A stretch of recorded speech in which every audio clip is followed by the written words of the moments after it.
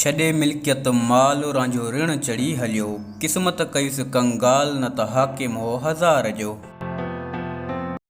हीर ज़िले झंग में आबाद सियाल कबीले सां तालुक़ रखंदड़ हिक जट छोकिरी आहे। हू इंतिहाई ख़ूबसूरत आहे ऐं सॼे इलाइक़े में उन जहिड़ी हसीन छोकिरी न आहे।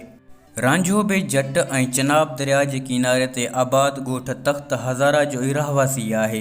हिन जा टे भाइर ॿनी ॿारो कंदा हुआ, पर रांझो पीउ जो लाॾलो हुजण जे नाते झंग में फिरंदो ऐं बांसुरी वॼाईंदो रहंदो हो।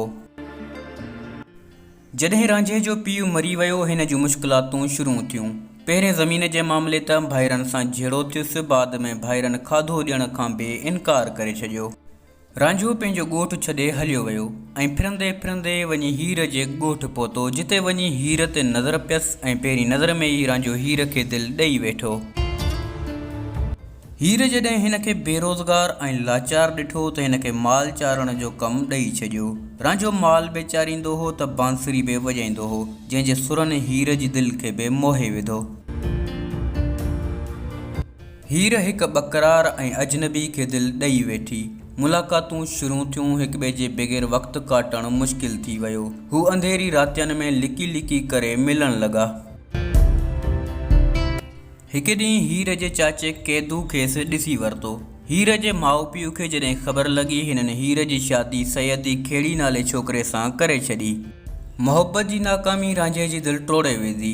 उहो रांझो जंहिंजा रत जा रिश्ता अॻ में ई टुटी चुका हुआ, दिलि जो रिश्तो बि जुदा थी वियुसि।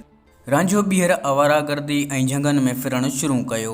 उते हिन खे हिकु जोगी मिलियो, जंहिं मां मुतासिर थी रांझो बि जोगियनि जा वेस वॻा पाए जोगी थी ॻोठनि में फिरंदो रहियो।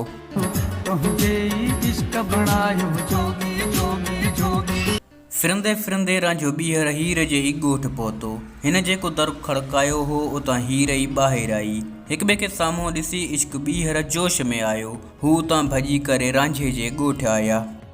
आख़िरकार हीर जा माउ पीउ हीर ऐं रांझे जी शादी ते राज़ी थिया, पर हीर जे चाचे कैदू इन खे पसंदि न कयो। जॾहिं शादी जो मौक़ो आयो, होॾां रांझो शादी जी तयारी में हो, हेॾां हीर वेस वॻा पे पाता। उन वक़्तु हीर जे चाचे कैदू हीर खे ज़हरीलो खाधो खारायो, जंहिं सबबि हीर जो मौत थी वियो। जॾहिं रांझे इहा ॻाल्हि ॿुधी, हू बि तकिड़ो हीर जे घर पहुतो, पर आख़िरी मुलाक़ात बि नसीब न थियसि। रांझे लाइ ही सदमो बर्दाश्त करण जहिड़ो न हुयो। हिन पाण बि उते ई ख़ुदकशी करे छॾी। ही मोहबत जी दास्तान मुल्कनि ताईं फैलिजी वई। घणनि ई शाइरनि फ़नकारनि हिन दास्तान खे पंहिंजे सुरनि में ॻायो ऐं ॿुधायो आहे।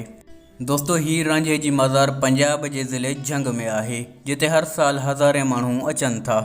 वीडियो पसंदि आई आहे त लाइक ज़रूरु कंदा ऐं चैनल खे सब्सक्राइब कंदा। मिलंदासीं अगली वीडियो में। अल्लाह हाफ़िज़।